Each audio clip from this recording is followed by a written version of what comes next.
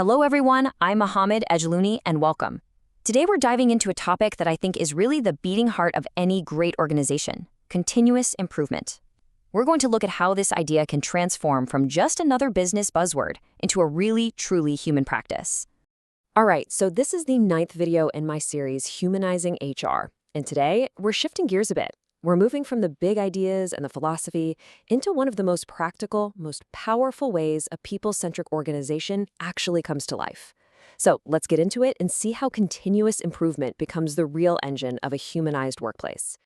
And this, right here, is the core idea we have to start with. If we genuinely believe that our people are the thinking, creative force of the company, and not just a pair of hands, then this quote becomes everything. You see, real lasting improvement can't be a top-down command. It has to bubble up from the employees themselves. So, first things first, let's get on the same page about what we're actually talking about here.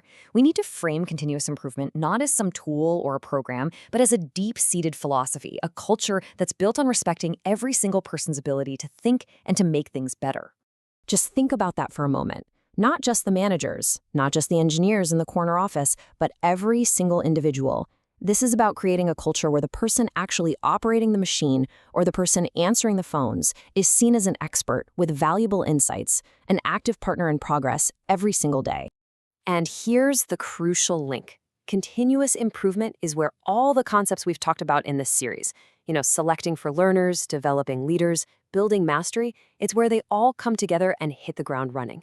It's the operating system that turns a nice value like respect for people into real, tangible daily actions.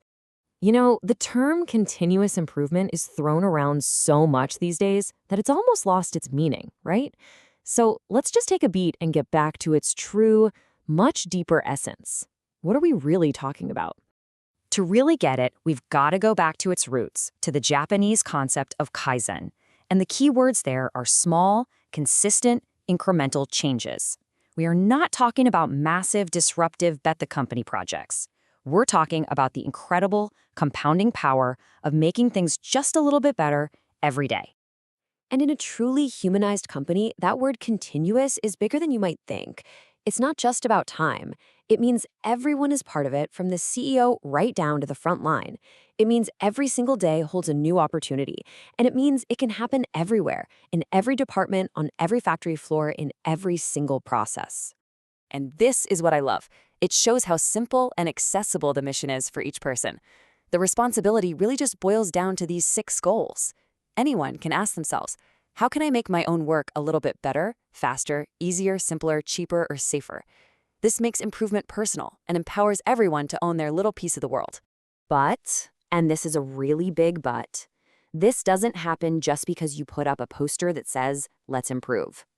For this philosophy to actually take root and become real, it absolutely needs a deliberate structure, a system designed to support and nurture it. The foundation of this entire system is a fundamental shift in mindset. We're asking people to move from a mentality of just doing the job to a whole new one of constantly improving the job. And HR's role here is absolutely pivotal in creating the environment and providing the tools to make that shift happen. Think of this system as the key that unlocks the incredible and, frankly, often untapped intelligence of your whole workforce. It creates a formal space where it's not just okay, but it's expected for people to share ideas, to challenge the way things have always been done, and to actively solve the problems they see every day. Now, none of this, and I mean none of it, will work without psychological safety.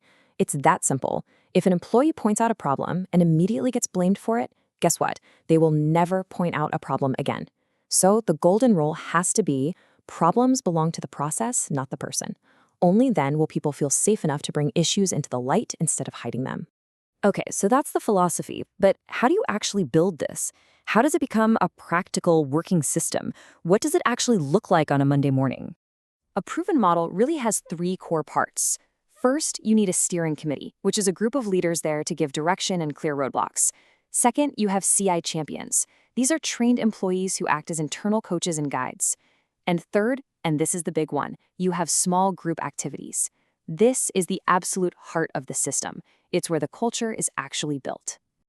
And this slide shows you just how down-to-earth it can be. We're talking about small teams, maybe 5 to 7 people, who meet up once a week. They use a simple, visible tool like an idea board to capture everything: good ideas, nagging problems, new opportunities. Then they sort them out for action. Some things can be done right away, and others become little team projects. And you don't need some massive, company-wide, big bang launch. In fact, that's probably the worst way to do it. The best approach? Start small. Pilot this with just 1 or 2 groups. Let them get some wins on the board. Let them generate visible results. Culture change isn't enforced from the top down. It spreads like wildfire when people see it working and start to believe in it. So this all leads to a really crucial question.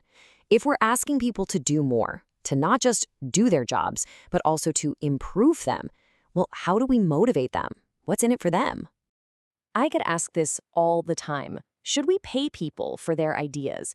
Should we set up some kind of bonus system for improvements? It's a really tempting idea, but trust me, the answer is not nearly as simple as it looks. The short answer is you have to be very, very careful. This is probably one of the most common traps that companies fall into, and it can actually unintentionally destroy the very culture you're trying so hard to build. So why is that? Well, because if you only reward ideas that save money, you send a pretty clear signal that all those other crucial improvements, in safety or quality or just making work less frustrating, that they don't really matter. The most powerful human motivators go so much deeper than money. We're talking about recognition, a true sense of ownership, the feeling of making a real contribution, and the chance to grow personally. And that brings us right back around, full circle, to the humanizing core of this whole philosophy. We have to constantly remember the ultimate purpose of what we're doing here. Please, just take a second and read this line carefully. This might be the single most important takeaway from our whole conversation. We are not using people to improve our processes. We are using the process of improvement as a way to develop our people, to help them become better thinkers, better collaborators, and better problem solvers. At the end of the day, when you trust people to think, when you encourage them to contribute, and you support them to improve, your organization doesn't just get better results. It becomes a fundamentally more human place to work. And that, right there, is the true essence of humanizing HR.